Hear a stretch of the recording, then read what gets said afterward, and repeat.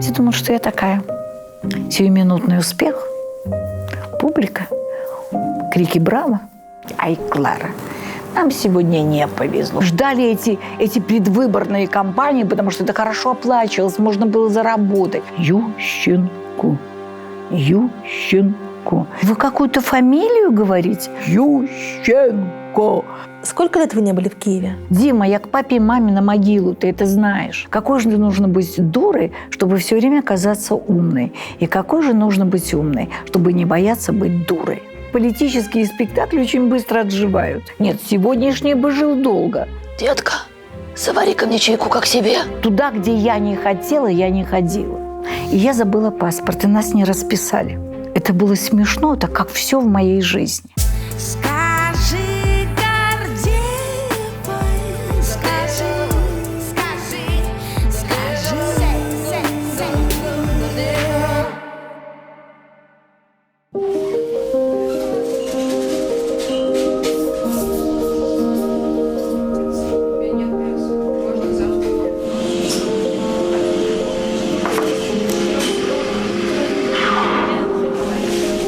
Кофе вы любите?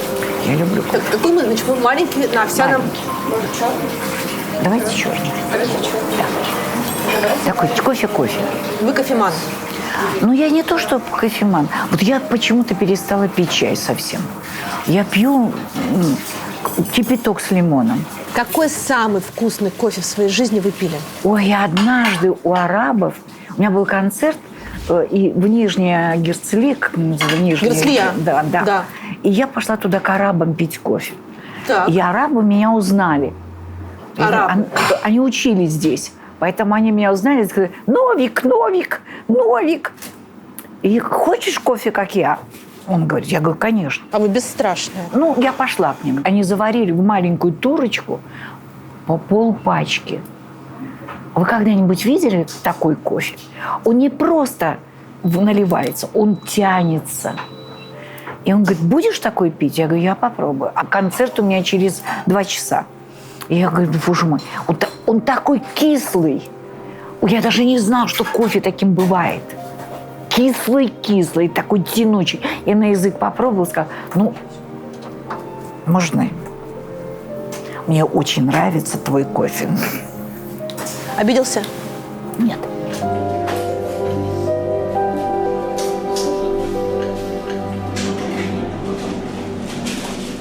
Зелененький. Зелененький. Значит, Клара Борисовна, этот цвет может быть таким, как вы пожелаете. Нет, мне нравится зелененький. Подумайте, может быть, что-то еще. Нет, зелененький такой жизнеутверждающий. Жизнеутверждающее? Да, я когда была маленькая, совсем маленькая, я видела слова в цвете. И вот мама была зеленого цвета. Тогда у нас будет зеленый? Прошу вас.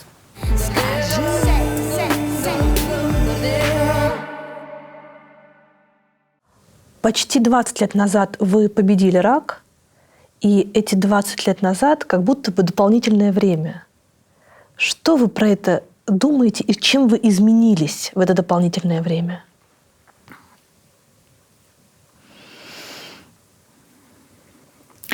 Когда профессор, который меня оперировал, сказал мне, как только сможешь встать, иди в храм и большую свечу поставь. Я ему сказала, что не было того, что вы предполагали. Предполагалось самое плохое. Не было того, что вы предполагали. Он сказал, я не знаю, как все сложится. Я не знаю, я не могу знать. Но я знаю, что каждый день в медицине происходит открытие. Я знаю, что каждый день изобретаются лекарства, которые человеку продлит его жизнь. Вот с этим я живу. Я ничего не перестала делать. У меня есть некие комплексы, но я не перестала ничего делать. Я выхожу на сцену, я летаю самолетами, я езжу поездами. Может быть, я не могу носить чего-то такого, и чего бы я носила в другой ситуации из одежды. Но сейчас есть какие-то пластики, я не прибегала ни к чему. Вот если я узнаю, что у кого-то есть такая проблема, я там первая буду. Чтобы сказать, что посмотри на меня. Я же все время возвращаюсь туда, когда что-то случается, я думаю, а вдруг у меня опять? А вдруг? А вдруг это рецидив какой-то? А вдруг? Она уже ценнее для меня еще и потому, что у меня возраст такой, что вот каждую... Я думаю, ну хорошо, ну вот этот столько-то, а этот столько-то, а это... Но все равно это уже ограничено. Было больше времени. Было больше. Я могла бы, может быть, что-то как-то по-другому. Что-то как-то посущественнее, поважнее. Я бы сделала больше, мне кажется. Я бы играла в театре, я бы не ленилась. Очень много отления, очень много. Ладно, потом. А потом не получается.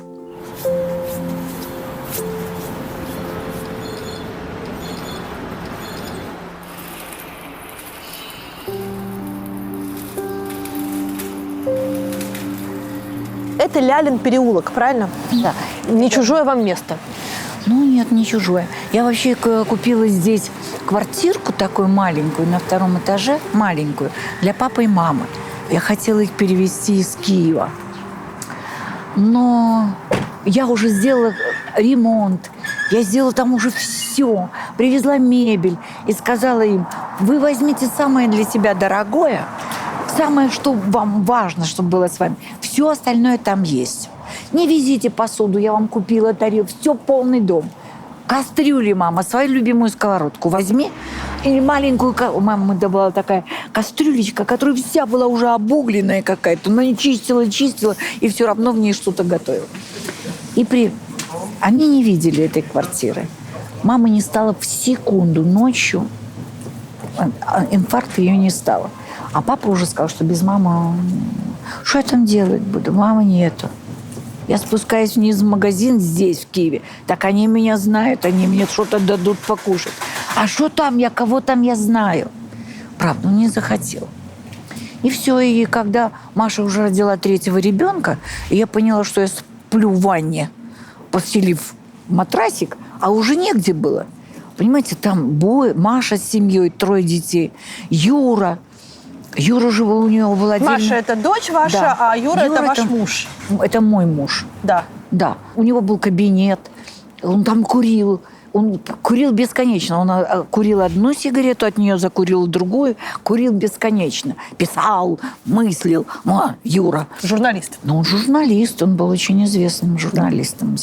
Когда он пришел, посмотрел эту квартиру, он говорит, ты хочешь, чтобы я здесь жил? Конечно, Юр, давай переедем. Давай детям отдадим эту квартиру, а потом мы себе сделаем какую-нибудь другую. Давай переедем. Это же девичья светелка, что мне здесь делать? И я приехала сюда жить одна, оставив там детей, мужа. Я варила ему тут еду, привозила туда. Но я им не нужна была там, понимаете? Им там без меня было просторнее. Понимаете, я ночью уже тоже чего-то писала, работала, что-то учила, что-то придумала. А там мне стало негде этим заниматься. Я ходила под душ, стояла часами, когда они все стали в душе, и учила номера свои, повторяла под душем.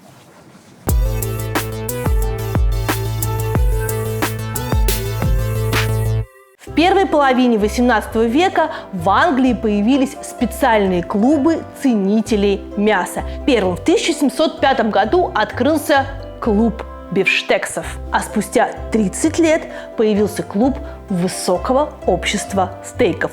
По формату это были классические аристократические клубы закрытого типа. Еженедельные собрания, жесткий дресс-код, латунные пуговицы с сеткой и девизом «Говядина и свобода». а после – портвейн и шумные вечеринки до утра. Сейчас, чтобы съесть вкусный стейк, достаточно иметь на своей кухне правильную технику. Например, очень умный гриль Tefal OptiGrill Elite из МВидео. Он автоматически измеряет толщину продукта до миллиметра, выставляет время и температуру и уведомляет о степени прожарки на индикаторе. Все, что мне остается – порезать мясо и положить его на панель. Сегодня будем готовить стрип-лоин классической прожарки медиум с функцией суперкорочка. Перчик как следует от души помазался. Красавчик. Так.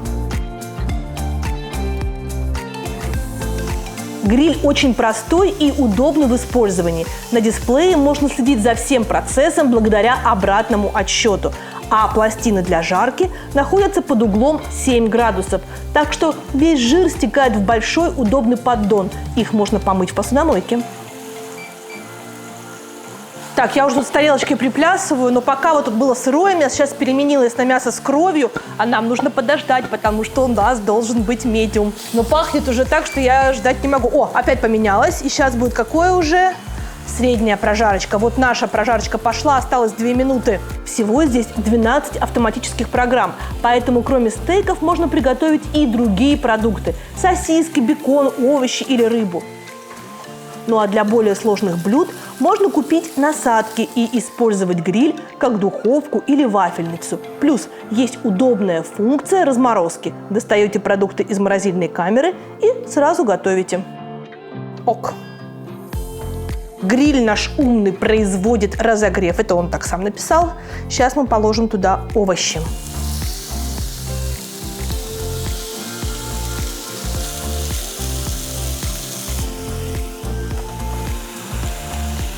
Через 9 минут будут готовы слегка обжаренные овощи на гриле. У нас есть время приготовиться. Я сейчас утону в собственной слюне. Это будет трагическая история. Я один все-таки попробую, пока никто не видит. Слушайте, это бомба. Я всегда считала, что мясо нужно заказывать в ресторане, а дома это приготовить невозможно. Возможно. Гриль этот, кстати, я заказывала в МВидео с опцией экспресс-доставки. Его привозят всего за 2 часа.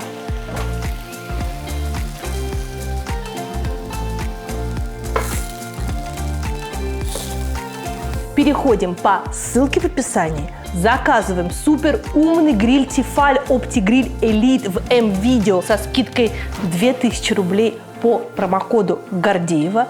И готовим в удовольствие. Да, срок действия скидки по промокоду с 7 по 31 декабря. Все, ребята, сил больше нет, мы пошли есть.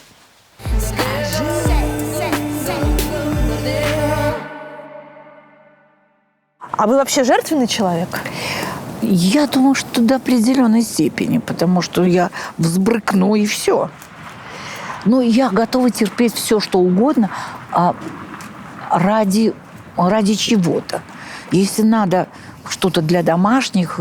Когда Юра болел, и мы сделали операцию, мы его вынашивали, выхаживали. Я отправила его с Машей за город, это было лето, а поехала я со спектаклем. Мы поехали на Дальний Восток, на гастроли. Потому что нужно было все-таки зарабатывать какие-то деньги, чтобы выхаживать его.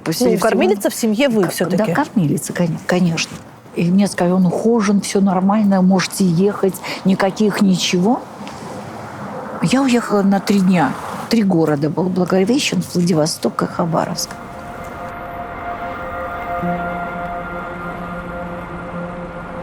Я пришла к нему, когда его уже в этой больнице лежал. Я пришла к нему, он мне говорит: слушай, Рыжуль. Рыжуль он у вас называл? Да. Принеси мне алые паруса. Я говорю: как, Грина? Он говорит: да. А почему? Мне хочется. Я ему принесла алые паруса. Он говорит: и, пожалуйста, отцы и дети. С чего вдруг? Ну, мне хочется почитать. Вот с этим он ушел.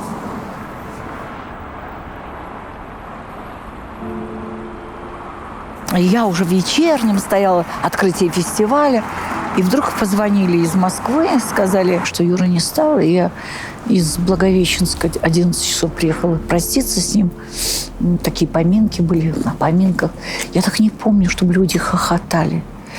Боже мой, мы так его вспоминали, мы так хохотали. Мы так были на этих поминках, да. И я улетела во Владивосток, потому что следующий спектакль был во Владивостоке. И меня мигалками милиция из аэропорта везла в театр. Я вышла из машины и сразу на сцену. То есть вы похоронили мужа Да. и вернулись на гастроли? Да. И это меня спасло. Чувство вины вы испытывали? И испытываю до сих пор. Мне казалось, что я не должна была его оставить. Но, понимаете, это чувство вины и чувство долга. Вот как их совместить? Отправить декорацию нашу на гастроли, это бешеных денег стоило. Мои коллеги уже там. Понимаешь, что такое лететь 11 часов в Благовещенск? И я понимала, что я уже ничего не могу здесь сделать. Все. Это конечный результат. Мы простились. Его отпевали. Я вернулась туда. Я там произношу в спектакле. Я хорошо жила со своим мужем. Я могла попросить у него все, и луну, и звезды. И ему ничего не было жаль для своей маленькой Этель. Вот почему, когда его не стало, мне было так тяжело. В спектакле есть такие слова. Вот тут, когда я произносила... Это Арье спектакль, что ли? А? Это который Арье спектакль? «Поздняя любовь», да, называется?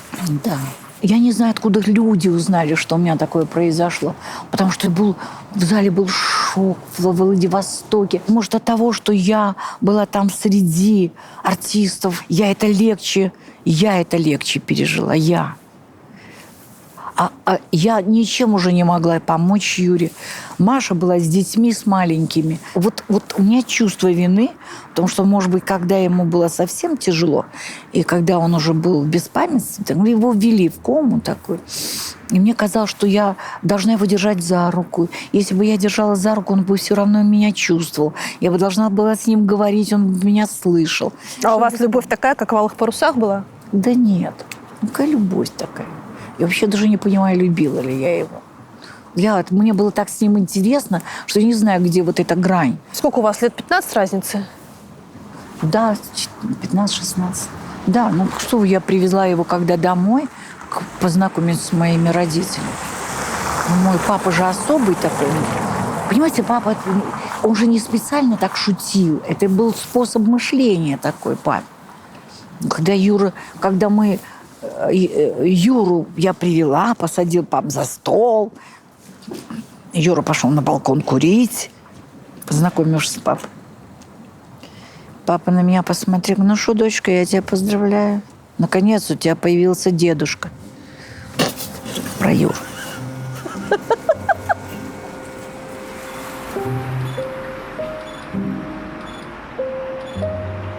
Слушайте, а как бы вы прожили-то столько лет без любви? Я не знаю, как. А что такое любовь? Вот понимаете, наверное, как-то надо определить, что это такое любовь. Это что такое любовь? Я хотела от него ребенка, я хотела. Я понимала его сложность с работой. Там было, он развалил эту юность. Он развалил журнал «Юность».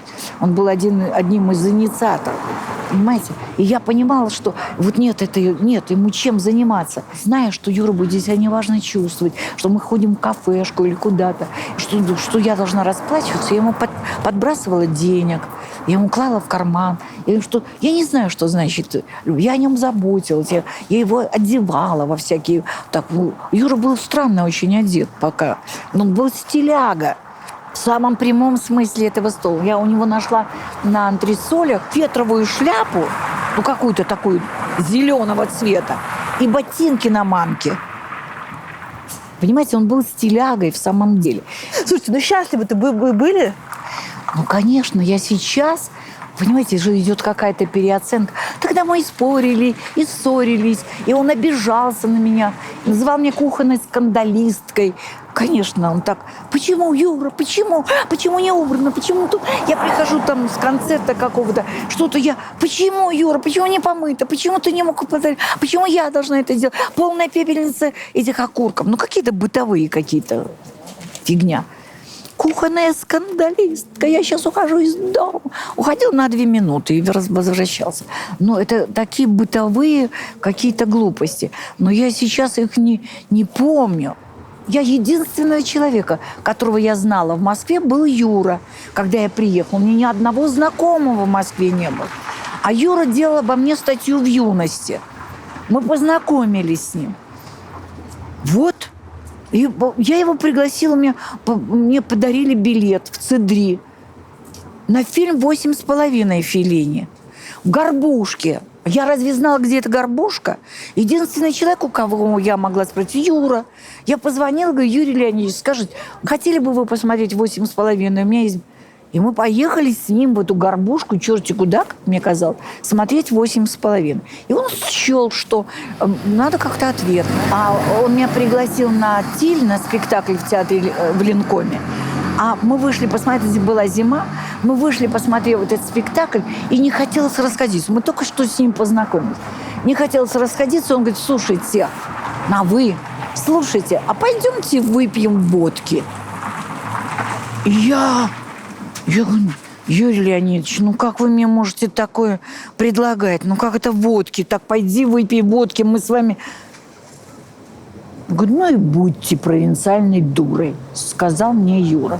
А мне очень не захотелось быть провинциальной дурой. Я пошла с ним выпить водки. А на следующий день он уже позвонил моему мужу Новикову и сказал, больше у тебя нет жены. Он тоже сделал мне предложение. А чего вы такое лицо и устроили? А что тут такого случилось? И все. И нет, мы поехали к нему на Удальцова. Он там жил. И он сказал, что он только что приехал из Лондона и привез Jesus Christ. Вы даже не понимаете, что это такое. Не, вы как в космос попали. Вы 8,5 посмотрели, «Тиль» посмотрели и «Jesus Christ Superstar» послушали. Так это и был космос. Jesus Christ, правда, был запиленный. Поэтому я думаю, что он туда многих девушек приглашал на прослушивание пластинки Jesus Christ. Ну, а потом уже не спрашивайте.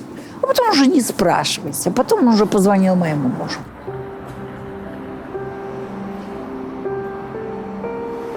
Он меня воспитывал я по-другому увидела Москву, я по-другому увидела жизнь, я по-другому увидела театр. Я познакомилась с Петром Наумовичем Фоменко. Я, понимаете, это был совершенно... Я ходила смотреть его студентам. Я ходила к нему в театр. Петя сказал, бросишь свою эстраду, я тебя возьму в театр. Я тебя возьму в театр. Я не понимала, почему я должна бросить эстраду. Но я готова идти к тебе в театр. Почему? Он мне так и не ответил на это. Почему я должна бросить театр? Почему?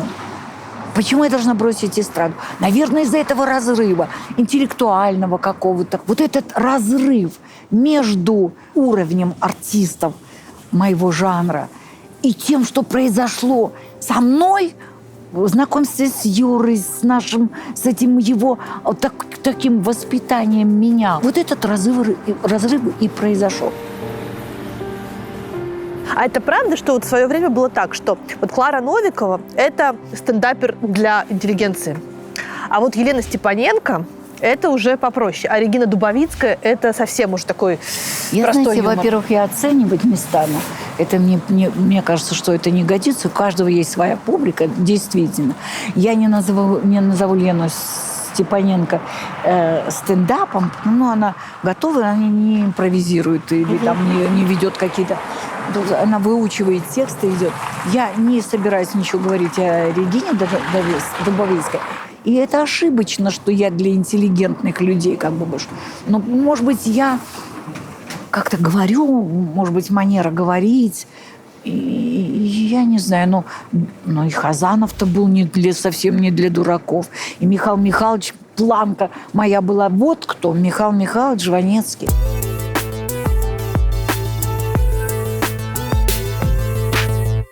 У теории естественного отбора на самом деле, кроме Чарльза Дарвина, есть еще один автор – британский натуралист Альфред Рассел Уоллес. В марте 1858 года после долгого изучения Малайского архипелага Уоллес с острова Тернате отправил Дарвину письмо, которое в итоге сыграло огромную роль в науке. В письмо британец вложил свою статью о стремлении разновидностей бесконечно удаляться от первоначального типа. Дарвин, который тогда работал над своим трудом «Происхождение видов», был поражен, насколько выводы разных людей, находящихся на двух концах Земли, могут совпадать. В ответном письме Дарвин пообещал Уоллесу, что обязательно использует его наблюдения для своей книги, и сдержал слово. Более того, когда 1 июля 1858 года на чтениях в Линнеевском обществе Дарвин впервые представил публике отрывки из своей работы, статью Уоллеса он прочитал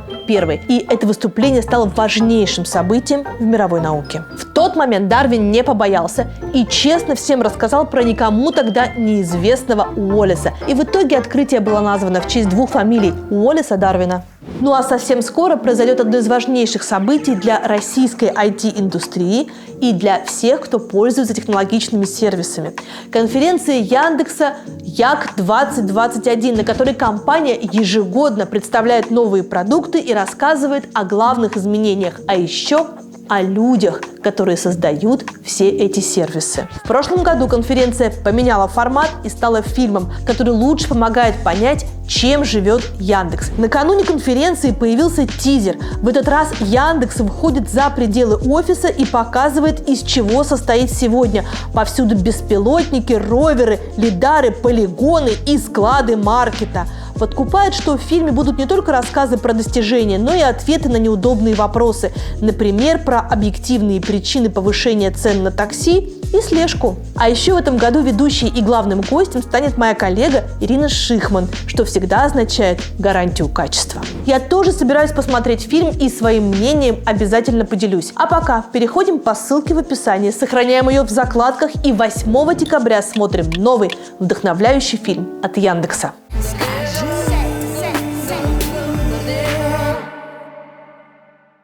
Все люди вашего поколения, вашего рода деятельности уже написали по книжке. Где ваша книжка? Ну, во-первых, у меня есть книжка, которую помогал писать Юра. Но он хотел и мечтал о том, что я напишу сама. Я не считала себя возможно писать.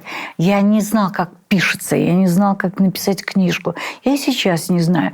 Но я за это время написала какие-то главки. Как мне казалось, что она должна состоять из рассказов. Все события, даже, может быть, сумбурно, даже, может быть, не подряд, как происходили в жизни, а что вспомнилось, то и написалось. Ну, вот я пытаюсь. Получается? Сколько уже написано? Ну так, я же от руки пишу, я не умею. От руки пишете? Конечно. Класс. Я не умею, вот это все для меня. Тут поправить, тут вычеркнуть, тут можно все ручкой, как-то мне ближе, это интереснее. И вообще и интереснее. Я даже тексты, которые мне присылают авторы, с которыми я работаю, я все равно их переписываю от руки, они мне так легче запоминаются. Я работаю в этот момент. Я выстраиваю свои слова, шутки, мне так легче. Действительно ли утверждение о том, что советская эстрада – это была такая отдушина той самой дули в кармане, которую большинство людей в Советском Союзе имело, но вслух ничего не говорило? Я не знаю по поводу дули в кармане. Ну, просто был... Фиги. Фиги. Дуля – це українська. Ну, извините. Фига. Я ничего в карманах не носила. У меня все мои концертные платья были без карманов. Я там ничего не прятала. Ну, конечно, моя мама дико волновалась всегда и говорила моему директору тогда: вы можете что-нибудь сделать, чтобы она их не трогала? Потому что я что-нибудь где-нибудь обязательно в какой-нибудь программе говорила. От себя ли, от тети Сони или от какого-то персонажа. Я их трогала. А в спектакле «Соло для кровати со скрипом», который там целый монолог был, мода такая была, что если вы даже не помните этих фамилий, а там был Слинков, Зайков, Воротников, мы все это сложили в моду. Зайков у нас был на воротнике, понимаете? Был очень смешной монолог по тому времени. Погодите, это же уже было все-таки не в момент, когда Слинков, Зайков, они еще не были у власти. Они уже не были у власти. То есть вы шутили постфактум. Нет, они были у власти. Они вскоре были не у власти. Поэтому мой спектакль закончился, не начавшись. Когда пришел Ельцин, все оказалось не у власти. Это очень быстро произошло. Понимаете, политические драматические спектакли очень быстро отживают. Ну, потому что так... Нет, сегодняшний бы жил долго. Вот спектакль. Но... Ну да уж, вы Да. бы концертировали Ну да. и концертировали. А тогда это было, послушайте, ну тогда так получалось. Следите ли вы за тем, что сейчас происходит с юмористами, со стендаперами, с комиками в нашей стране, как люди садятся за шутку? Слежу, конечно, мне же хочется знать, как они говорят, что они говорят. Что-то мне очень интересно. Что интересно? Ну, мне интересно, конечно, эти ребята, которые стендап. Перы. Вот те вот изначально. Я уже не успеваю за всеми следить. Их как насыпало. Их очень много всех. Это невозможно. Так невозможно. Так не бывает, чтобы много. Когда много, есть выбор. Ну да, поэтому я их не выбрала. Но вы видите, как часть из них за шутки извиняется, а часть, которая не сразу извиняется, она садится на 10 суток, она выдворяется из страны, она лишается какой-то аудитории. Вы это замечаете? Я замечаю, да. Но они же знают, на что они, где они шутят, на что они шутят, и о чем они шутят. Можно они ли за же шутку сажать? Они же готовы к тому, что может быть все. Вся история подготовила их к тому, что здесь может быть все. Потому если ты хочешь быть заметен, пошутить и выдворен отсюда, получай. Мне это не нравится. Я все равно не люблю наглости. Все равно, зная, что это вызовет разговоры, это не может быть незамеченным. Это обязательно еще журналистами досужими. Это еще удвоится, утроится, упятерится. Понимаете, это будет много обсуждаться. Это нужно все слушать по-живому. А я не всегда могу слушать по-живому. Я прочитаю, это сказал, этот обиделся, а это думаю, что же он там такое сказал? Я слушаю, что сказал, думаю, что он такое сказал, чтобы я обиделась, чтобы кто-то обиделся. Я не вижу в этом ничего. Это было всегда. Вы понимаете, что запрещали Райкина, запрещали Жванецкого, запрещали Карцева. Я сама была свидетелем, первая московская конференция партийная, и тогда впервые в колонном зале Дома Союза разрешили юмористам выйти как пионерам в монтаж, такой пионерский, знаете, подряд. Вот ты скажешь такую, тебе выбирали фразочки, которые каждый из нас говорил из своего монолога. Вот среди этого всего мужского была я одна, которая что-то опять про такое... Только единственным артистом, который разрешили выступить сольно, это были Карцев и Ильченко. Они тогда исполняли этот их знаменитый монолог на складе. А вот, скажем, рыба. Сколько? А вот свежая. Живая, что ли? Живая, да. Какая? Свежая рыба, живая. Какая?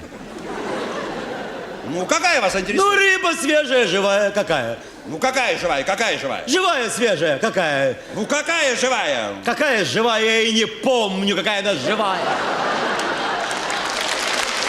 Боже мой, на репетициях хохотали. Хохотали уборщицы, хохотали билетеры, которые оказывались, хохотали артисты, которые сидели в зале. Их обожали и ждали момента, когда они выйдут на сцену и будет сидеть эта городская партийная конференция. Те, кто там на этих складах отовариваются, вот они будут сидеть, и Рома с Витей честно в глаза им все скажут. И наступил такой момент. Карцев и Ильченко, их объявили, и они вышли. Зал. И они начали говорить, а у вас это есть? Да, есть. Сколько? А можно купить? Да, можно. Сколько? Начинается это.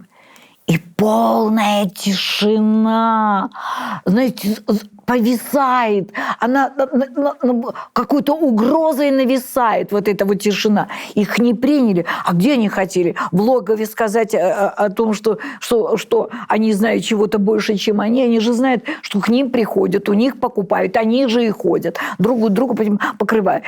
Полная тишина. И они ушли под стук собственных каблуков.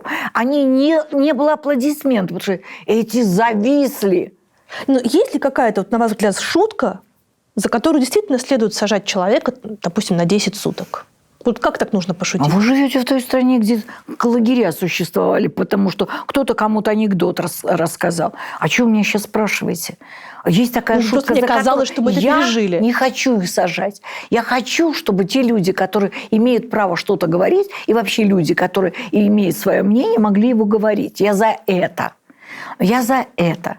Но, может быть, не готовы. Мы готовим себя к этому уже столетия, не знаю. И не готовы к этому, не готовы. Какие-то люди не готовы или не хотят это слушать. Понимаете, столько событий, когда происходят события. Падает самолет, об этом говорят. Это так страшно, но об этом говорят. Человек пошутил, рассказал анекдот. В кулуарах посмеются, а на сцену боятся рассказать и боятся нести. Я этого не понимаю. И никогда не понимала. Мне кажется, что надо говорить, надо находить форму, безусловно. Нельзя вляпать там. Ну, безусловно, ведь Михаил Михайлович находил форму. Он же очень о многом говорил.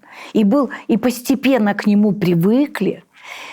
К этому тоже надо привыкнуть. Михаила Михайловича не принимали вначале. Он ходил со своими листочками по домам и квартирам.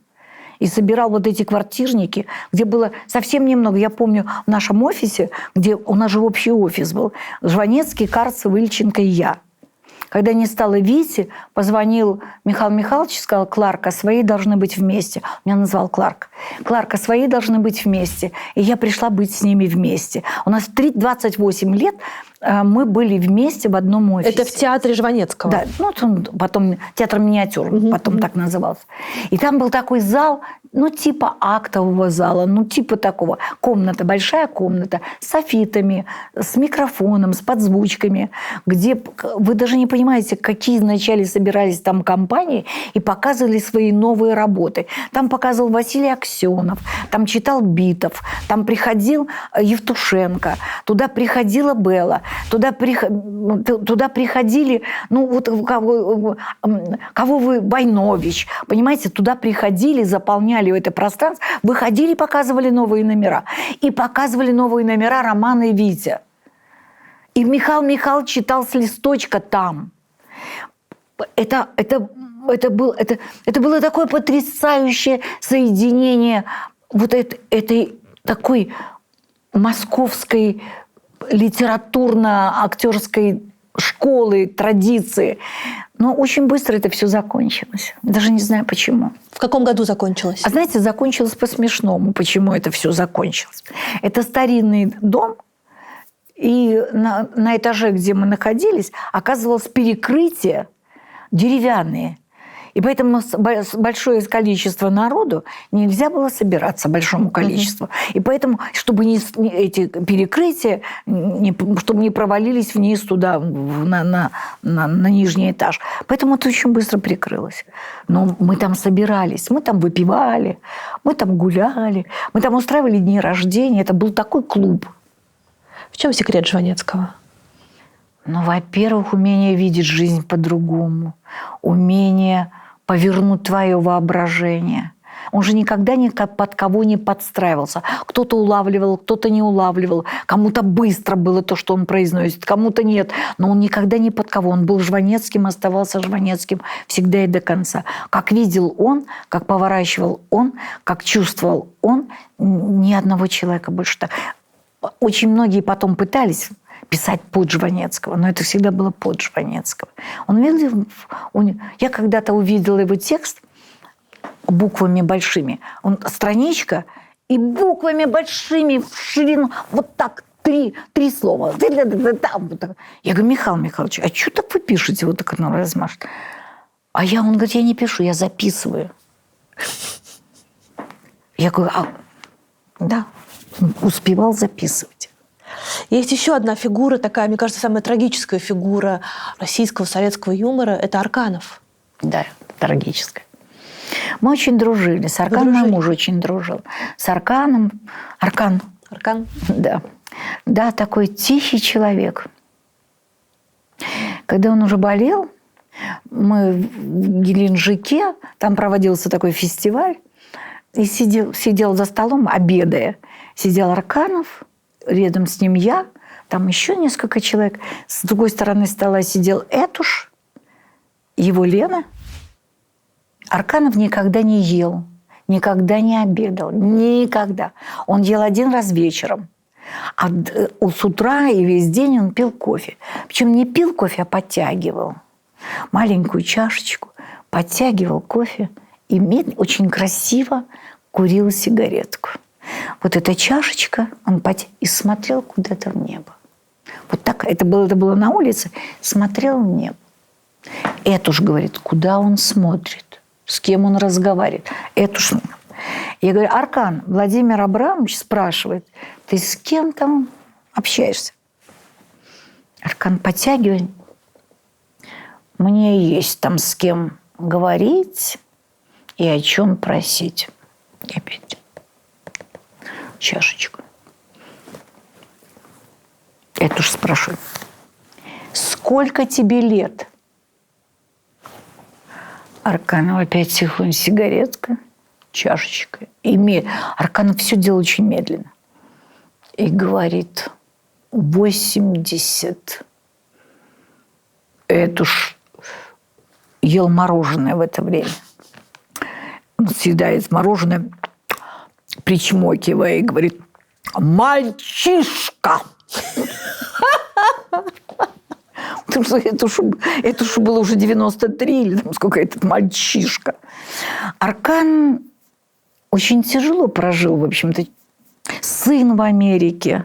Наташа умерла, его жена. И он остался... При всем при том, что мне казалось, что он такой человек одинокий, он не участник. Он просто сам по себе Аркан. У него появилась девушка Оксана, которая заставила его жить дальше. Она приезжала сюда, она за ним ухаживала. Аркан же очень щепетилен. Да, вот как он одевался. Я ему в спину говорила, когда он выходил на сцену, говорю, Аркан, ножки поднимай на сцену. А ну не шурши ногами, ты старик сразу. Как он боялся этого слова. Он сразу шел на сцену, топая ножками, потому что шуршал. Так... Вот. И однажды у нас был концерт, какой-то день милиции, что-то какое-то управление милиции. Наташи уже не было.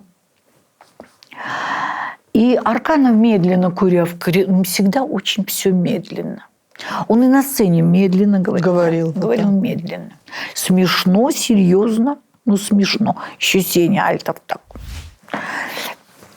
Аркан мне говорит, мне сегодня был дивный сон.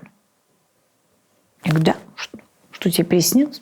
Кажется, я делал тебе предложение руки и сердца. Я говорю, и что я тебе во сне ответила? Он говорит, вот жду.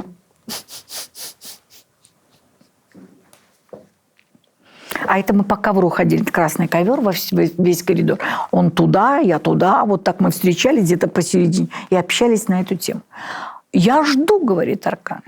Я говорю, Аркан, когда тебе не покажется, что ты делал предложение руки и сердца, а в самом деле я тогда найду, что тебе ответить. А пока тебе кажется.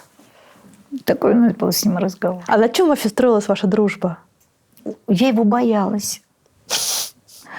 Мне казалось, что он такой ловелас. Он так нравился женщинам. Он такой Марчелло Мастроянни, невозможный. Марчелло Мастроянни. Он так себя вел, он так одевался. Вы знаете, что делал Аркан? Он ночью ел. Почему и ночью? Он вечером ел очень плотно и много. Я говорю, Аркан, куда ты столько ешь? Ну, ты уже с ума сошел столько есть. Оказывается, он ходил в казино и всю ночь проводил в казино. Он был игрок. При этой спокойности, при этом таком замедленном темпе жизни. Вот такой... Мне казалось, что у него глаза на ниточках. Скучаете? Я очень... Понимаете, вот ушли эти люди из моей жизни. Это... Да? В какой момент произошло, что юмор на телевидении стал ужасно плоским и ужасно пошлым? Юмористам надлежало быть глупее, чем они есть на самом деле, и шутить площе, чем они могут. Как это получилось? Выпрямилось все, понимаете? Я, наверное, покривлю какой-то или сделаю неправильно, потому что мне уже Миша Задорнов не сможет ответить. Вот я не очень любила юмор. Вот Миша говорил все в лицо, как он думает, играя с ними в теннис и живя с ними в одинаковых условиях примерно. Он им все говорил. Он был их любимцем. Задорнов. Да, Миша. А я не очень любила, потому что мне казалось, что Миша в том, что он немножко... Он говорил правду, какую-то часть, ну, что-то привирал для остроты какой-то, я не знаю. Привирал. Вообще все выпрямлилось. Это перестало быть изысканно, перестало быть тонко. И эзопов язык уже не нужен был, потому что можно было все впрямую говорить. Зачем нужно было что-то иметь в виду, когда можно было это в виду сказать? Пришли другие времена. Вот и все. А сейчас... Я даже не могу вам сказать. А какой анекдот вы слышали последний? Смешной. Смешной? Ну, какой? Я не знаю. Когда зэк откидывается, Да. заходит в поезд и говорит проводнице: Детка, завари-ка мне чайку как себе. она бежит к начальнику поезда, говорит: господи, что это? Зэк страшный, все, значит, весь расписанный. Он говорит: сейчас. Что, стакан кипятка, там, 2 индийских слона, и вот это все перемешано, приносит, говорит: пожалуйста. Он говорит: Эх, помотала тебя, детка. ну, смешной. Ну, да. Ну, такое. Вы могли бы его рассказать? Ну, да. Ну, да, значит, а что там такого есть? Ничего. Ну, все. Так такое рассказывает. А политических нет анекдотов? А нету? А я не слышала. А вот такие, как это рассказывали когда-то, такие анекдоты шепотом на кухне, их нет. Их не рассказывают больше на кухне. А почему? Уже кухонь нет таких. Когда собирается под абажуром, когда собирается своя компания, перестали собираться. Ну, я даже не помню, у кого я в квартире была в гостях. Где-то ресторанчики, где-то кафешки. Я не знаю, ну все, ну понимаете, ну все так стало. Когда звонишь по телефону, заказываешь еду, тебе приносят не то, что ты хочешь, а то, что тебе, ну, то, что тебе принесут. Ну ты не то, что дома приготовил, ты можешь и так, а можешь и так, а еще что-то придумаешь. Поэтому ты говоришь: я сварила варенье из мандарина. Из чего? Из мандарина. Боже мой, это же возни, зачем? Пойди купи. Раньше этого не было, собирались. Ко мне приходили на то-то, то-то, то-то. А к кому-то мы приходили на это. Но у вас была альтернатива не пойти, там, например, на «Кривое зеркало» или на «Аншлаг», Да. а пойти на какую-то другую программу? Ну, некуда же было бы. Другой программы нет. Вот, может быть, я бы и пошла вот к ребятам в Камеди. Нет, к мальчикам. А Может быть, в Камеди вы пошли, в Comedy Club?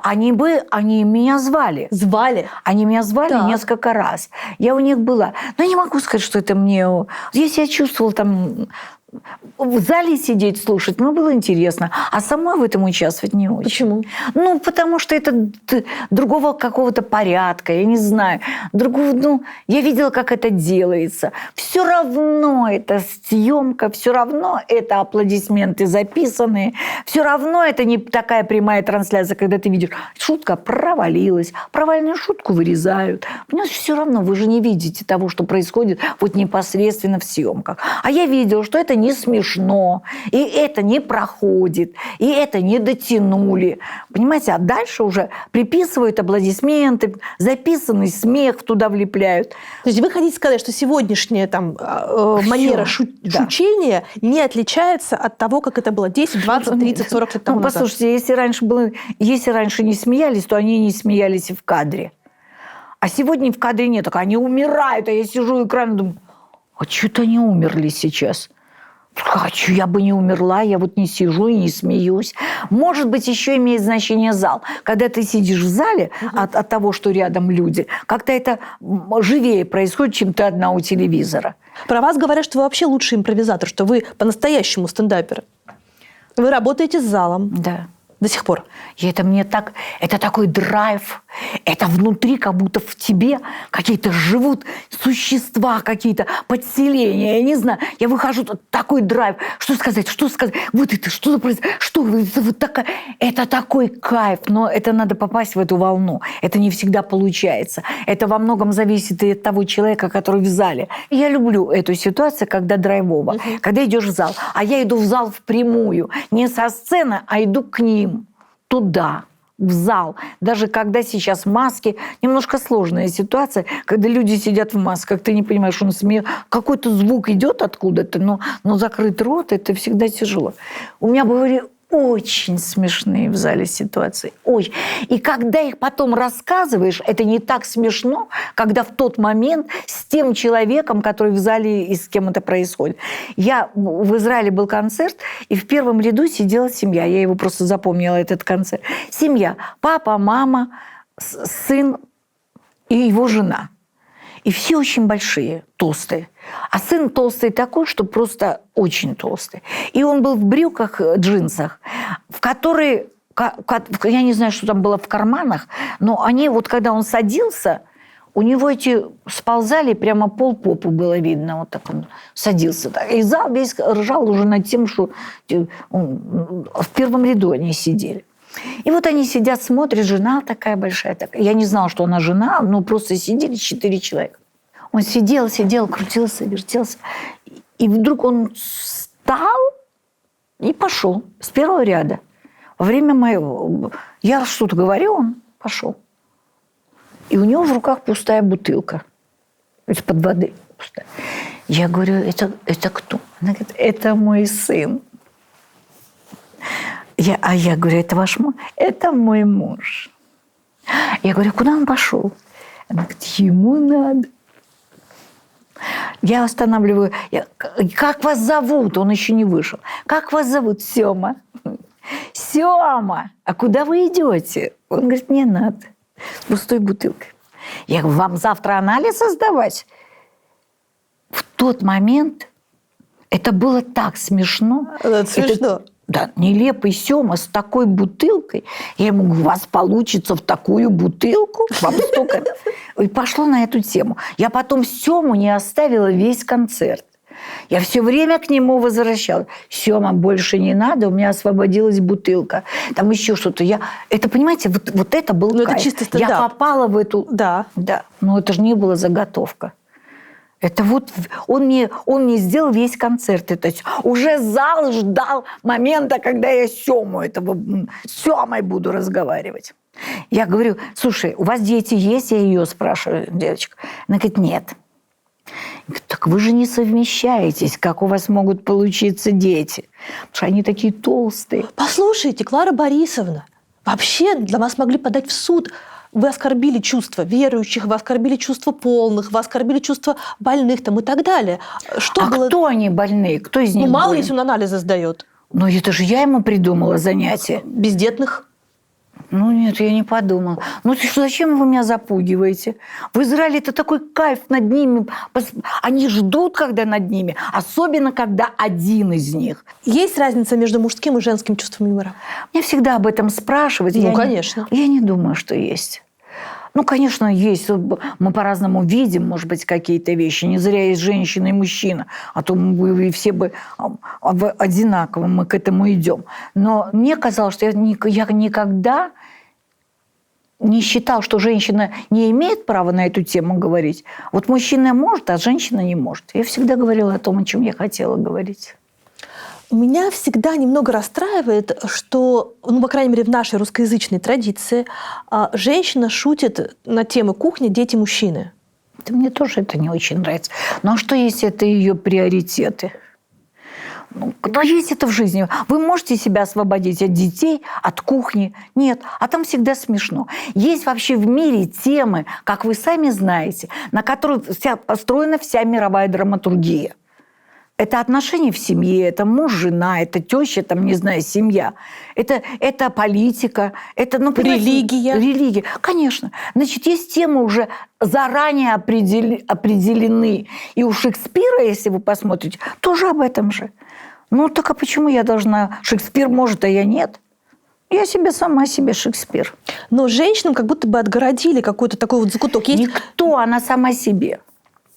Она сама себе изначально придумана. Я много это слышу. И женщина может сказать гораздо больше, чем мужчина. Это почему? Превратив в дурочка. Какая она дурочка. Вот дура – это обидно, а дурочка – это другое представление. Дурочка. А она под дурочку сойдет. Она скажет все. Хитрее, чем скажет мужчина. И я всегда этим пользовалась. Я для себя сделала этот вывод много лет назад. Какой же нужно быть дурой, чтобы все время казаться умной? И какой же нужно быть умной, чтобы не бояться быть дурой? Какая вот такая скользкая шутка вам кажется одной из самых классных, самых крутых? Может быть, скетч, может быть, миниатюра какая-то?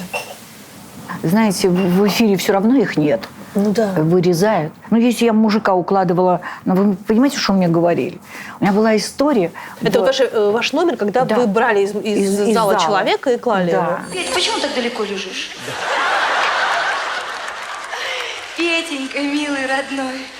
Ой, так хочется нежных и ласковых слов. Так хочется, чтобы взлететь и летать, и летать, и летать. Петя, я слушаю тебя, милый. А ваш муж в зале? Ну, в общем, я устраивала эту вот историю. Это был шок, потому что при полном зале тысячном... Это какой год? Ну, лет 20 назад. Я первая была, кто это сделал вообще. Ну да. Если вчера вспоминали, что моей тете Соне, моему персонажу, 32 года. Она жива до сих пор. Так, ну, в смысле, жива как персонаж. И вот тетя Соня вообще обо всем может говорить. Обо всем. И сейчас? И сейчас. Это у меня же был, потом это пошло как анекдот, что в доме, где я живу, девочка маленькая, на глазах выросла. Ну, Леночка, допустим, да. 5 лет. Бантик на всю голову, прыг-прыг-прыг. Выросла. Сейчас 24 года. Живет выше этажом. Каждый день она кого-то к себе приводит. То у нее казах, то у нее узбек, то у нее молдаванин, то у нее украинец. Так приходят из милиции, говорят: тетя Соня, вы тут на лавочке сидите, все видите. Вот это Людочка. Вот это Людочка, что выше этажом. Что она что, проститутка? Я говорю, что вы мне такую гадость про ребенка, который у меня на глазах вырос, не говорили. Проститутка, кто страну развалил. Она как может ее собирает. Это была шутка, которую я лет, не знаю, 10-12 назад говорила. Ну, сколько там, больше даже говорила. Это было со сцены. Потом это стали повторять, у других появлялось. А вас зовут вверха выступать? Нет. Нет? Нет. Корпоративы? Я, честно говоря, мне это очень не нравится у них. Вот это быть любимой артисткой на каком-то там уровне. Ну, когда-то звали. Ну, в общем, у них очень тяжело шутить. Они же не смеются. У меня когда-то был концерт, и в зале сидели одни высшие чины армейские такие. Генерал, вот эти погоны, звезды. Я билась, как рыба. Я билась, они не смеялись. Я уже шутила 40 минут на сцене, ничего. Так, только... Я вышла, говорю: боже мой, я провалилась. Они не смеются, они не смеются. Мне администратор: ты что? Они ржали. Это у них вот это, это ржали. Вот такой у меня бронь тоже.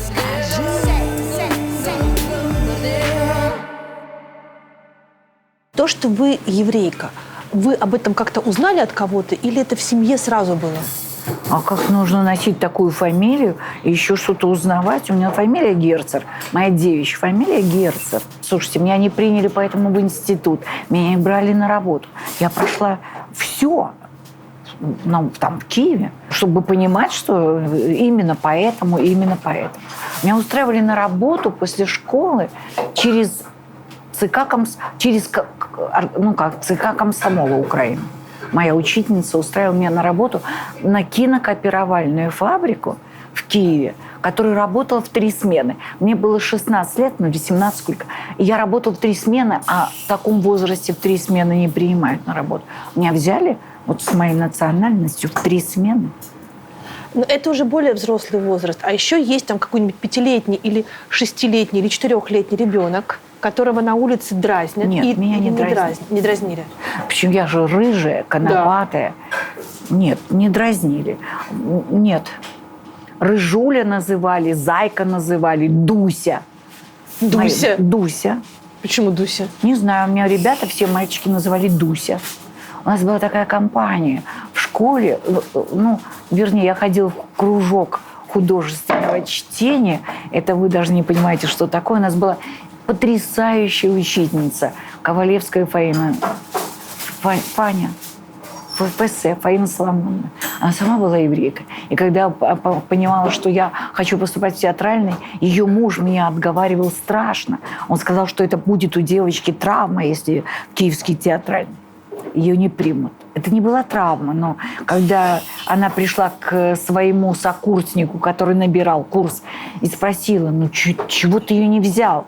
Он сказал, Фанюрочка, в ней нос не гримується, не гримирується. Почему? Потому что...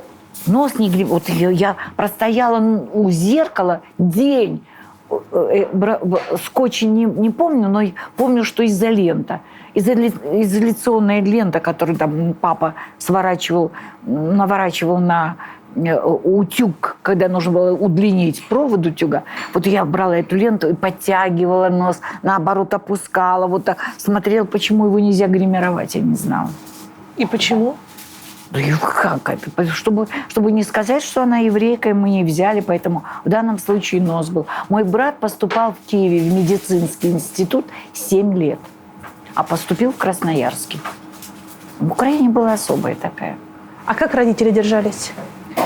Так ничего, папа работал, папа был у меня директором большого магазина. Что тоже, между прочим, под статью папа прошел ходил. войну и был инвалидом войны, так, второй группы. Это что-то давало, какой-то, наверное, ему шанс.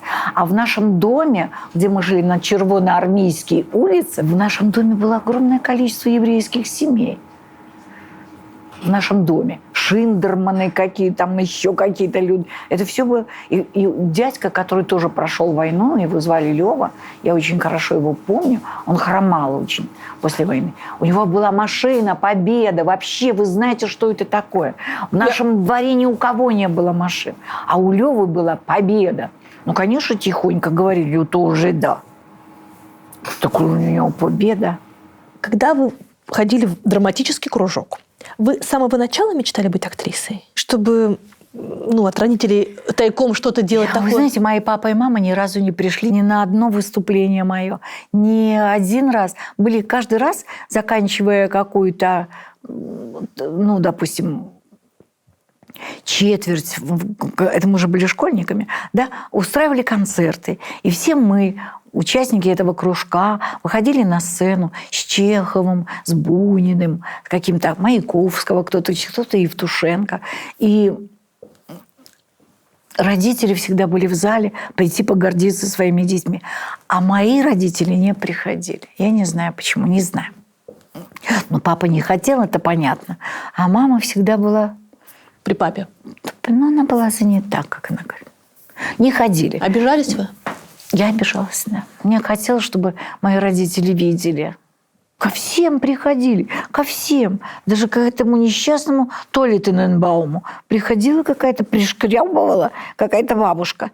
Какая-то пришкребывала бабушка. Толю, послушай, сегодня мой Толя. А ко мне не приходили. Но моя учительница, Фаина Соломоновна, очень меня любила, очень. Ее муж Георгий Николаевич фантастический человек. И, понимаете, человек, он учился с Паустовским в одной гимназии. Он был старше ее. Представьте, что такой человек, который закончил гимназию с Паустовским. Человек, владеющий словом, потрясающий, образованнейший, который написал книжку «Кройки и шитья», который написал книжку про питание какие-то, который писал музыку. Представляете, это все был один человек. Ее Жоренька, она его называла. Я мечтала, что у меня когда-то будет такая семья, как у них. Потому что они так друг друга слышали. Такая. Он высокий очень такой человек. Она маленькая. И она такая, вся такая была травестюшечка. Такая. И он такой. Фанюрочка. Вот такой. Я очень их любила. И для меня было очень важно было то слово, которое говорил он. Я всегда ждала его оценок, его. Пан Соломон никогда не говорил плохо. Она пыталась как-то скрыть, а он всегда как думал. И когда он сказал, что вы должны поступать театральный, но будьте готовы к тому, что вас не примут, вот когда он сказал, что вы должны, я пошла поступать. Вы в итоге поступили в цирковое? Эстрадно-цирковое так называлось. Киевское эстрадно-цирковое училище. Ну, это же, Студия. значит, Тогда имелось в виду, была что вы студия. будете клоунессой. Ну, разговорные артисты, это все-таки был цирковой. Я мечтала быть клоунессой. А, да? Я мечтала быть. И когда однажды Никулин сказал, а могла бы быть клоунессой, когда я вышла в манеж на Цветном и заржала, как лошадь, по этому фаргангу пробежавшись. Заржала. Я говорю, я чувствую себя цирковой лошадью. Сделала так. Так и зал. А потом я сделала кульбит. Он сказал, могла бы. Ты могла бы. Самое сложное выступать в цирке. Это очень тяжело. Это очень тяжело. Да моим любимым местом в детстве был цирк. Я же там дневала и ночевала. Рядом с домом был цирк на Красноармейской улице, на Саксаганского. Был цирк «Шапито». И наша соседка, тетя Маруся, была там билетером. Мы ходили с семьей в цирк. Это был праздник в семье. Когда мы ходили с папой, мама, брат и я, и папа покупал нам мороженое, и тетка с этим ящиком мороженого, который ходил мороженое в антракте. И знали, что после мороженого будут животные. Но я-то хотела быть цирковой акробаткой. Я вначале хотела быть гимнасткой цирковой. Завораживала. Все мои сны детские начинались в манеже. Я выходила в манеж, вот так расставляла руки и летела. И летала вокруг, вот так вокруг манежа, и зрители смотрели, не понимая, как это я, расставив руки, могу безо всего летать. А потом больше всего я боялась, что я ударюсь сейчас о купол и упаду, но купол вот так раскрывался, и я вылетала в небо. Потом я боялась, что меня куда-то унесет ветром, я дом не найду. Потом я боялась, чтобы я электрические провода, я задену за ним и тоже упаду. Но я никогда не задевала электрических проводов, меня не уносило ветром, и я всегда приземлялась в цирке, в манеж, и закрывался купол. Вот это были все мои детские сны. Но пошли вы, значит, в эстрадно-цирковое не для... Не приняли в театральный. Вы поэтому пошли? Да, не приняли. А в Киеве же что такое есть? Был театральный институт, было училище Ивана Франко украинское, куда меня... Я открыла дверь и сказала «здрасте», мне сказали «до свидания». Все, я даже не показывала, потому что мне сказали, что у меня нет украинского языка, мой украинский тя-тя, я говорю, ну, там, никто меня не взял из-за того, что... И не слушали бы даже. А як прізвище ваше? Герцер. Герцер вийдіть. Ну, все. Ну, что? В Ивана Франка прийти с фамилией Герцер. Вообще, понимаете, нет? Я поступила. Очень смешное было у меня поступление. Сумасшедшее, дурное. Даже неприлично его рассказывать, потому что я не понимала, что происходит. Потому что вот сидела комиссия приемная. Она состояла из педагогов по речи, педагогов по вокалу, педагогов по акробатике, педагогов по гимнастике, педагогов по жонглированию. Там, ну. Вот я вошла. Председателем жюри был такой человек, Ефим Глоцер. Глоцер такой. Я Герцер, он Глоцер. Преподавать могли, а принимать не очень. Вот. И меня спросили, что я приготовила. Я сказала, что у меня есть проза, а я приготовила то, что я в театральный институт, то я и принесла туда. Потому что у меня, ну, я там читала Чехова, и у меня был... А что из поэзии? Я говорю, у меня есть Евтушенко, «Братская ГЭС». Ну, вы даете. Да. А говорит, ну вы же не будете всю поэму читать? Не буду. А что вы будете читать? Я сказала, я не помню как точно, коммунист или большевик. Большевик книжку ебал на Красной площади.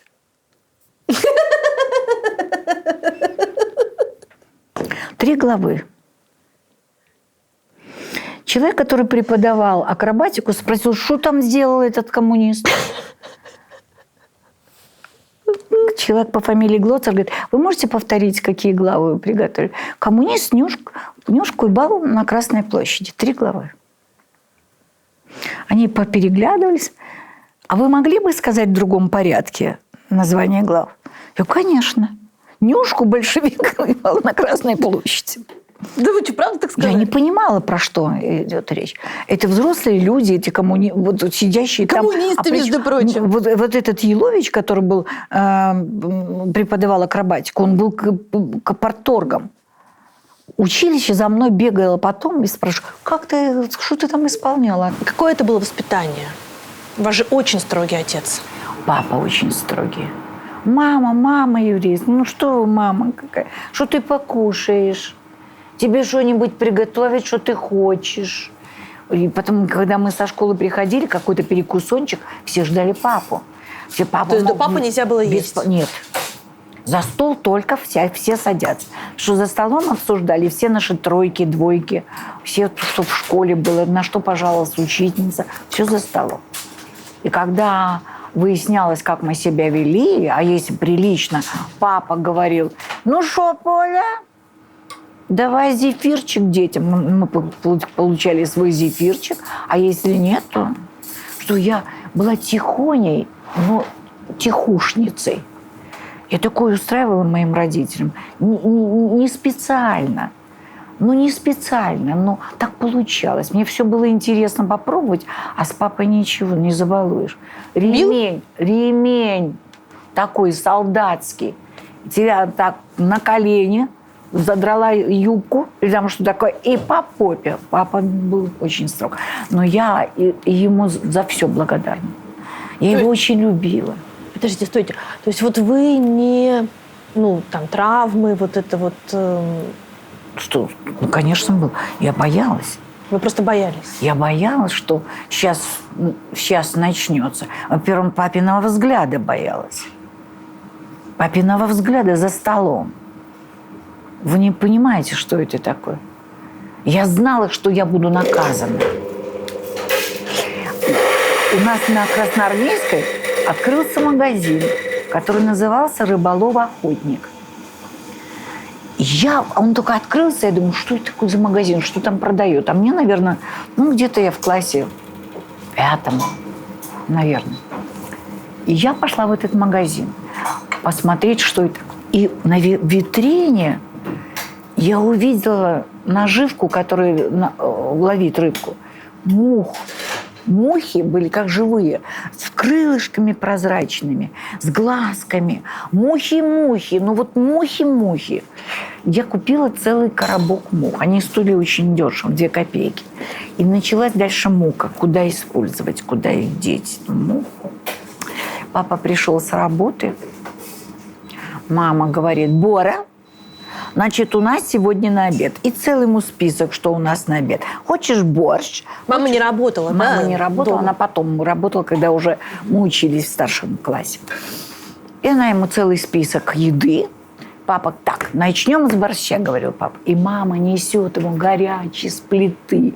Вот он, понимаете, он дымится, этот борщ. А рядом стоит сметана, какой-то чесночок, какой-то там горчица, что-то. Все это папины приготовления. И в этот момент, когда папа повернулся сметану, я вынула и папе бросила. Муху в борщ. Я знала, что будет казнь. Я понимала, что это будет казнь. И первая казнь – это мама.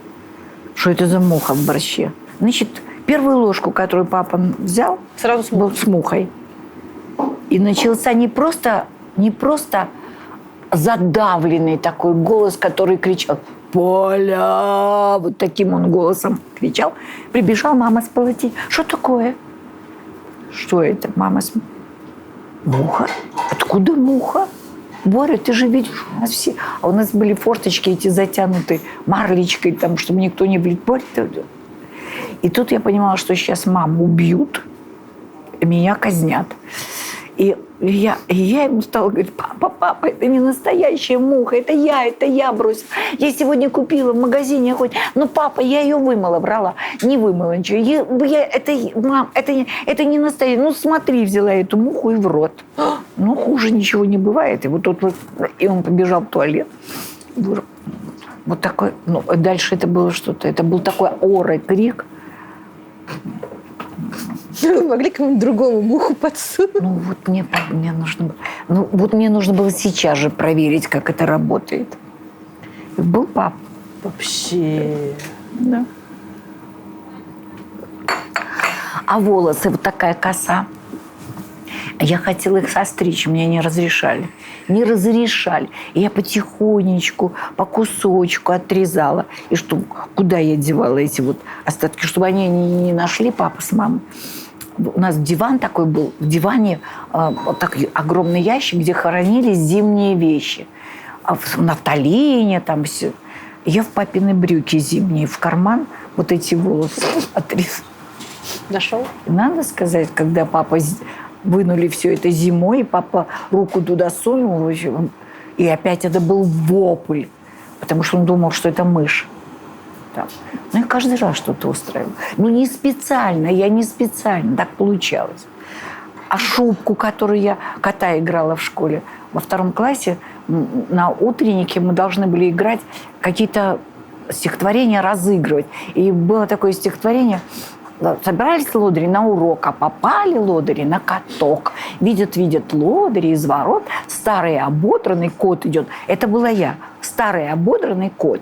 Во 2 классе? Во 2 классе. И тогда сказала учительница, классный руководитель, что обязательно надо делать костюм девочки. Неправильно. Да.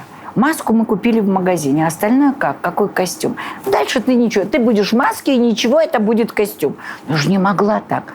И я вот достала шубку свою из цигейки такой, в леопардочку. Отрезала рукав. И сделала хвост коту из куска рукава. Это была единственная ваша шубка? Да. Да как тогда могли быть несколько шубок? Не могло бы. Ну вот, а потом, когда пришло время, костюм удался, правда, я его пришила к трикотажным штанишкам таким спортивным, и этот хвост все время стягивал эти штанишки, и хохотали там в зале, потому что я их все время подтягивала, кот ободранный. А когда пришло время шубку надевать, вынули шубку, она без рукава. Я орала, что это моль, что все что угодно орала. Но отвезли, мама отнесла меховщику, и у него кроме черной цигейки ничего не было. И вот к рукаву приставили черное.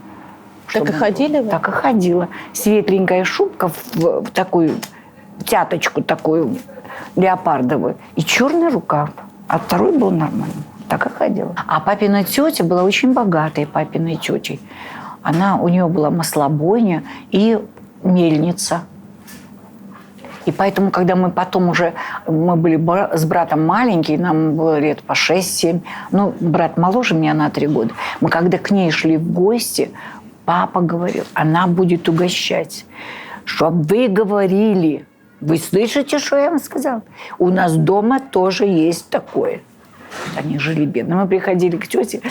Она делала для нас заварные пирожные, которых мама не делала. Мама торты делала. Какие-то корзиночки, какие-то чай. Стоял самовар. Варенье, которое готовила она, никогда мы такого не ели. Грушу какую-то, что виноградное варенье. И мы сидели, давились слюной и говорят, спасибо. Дети, возьмите, что вы не... Я специально для вас... У нас дома тоже есть такое, говорит. А потом, когда папа нам делал, что можно? Ну, хорошо. И нам говорят, боже мой, мы не могли дождаться. Мы это эклер, я, по-моему, запихивала сразу в желудок.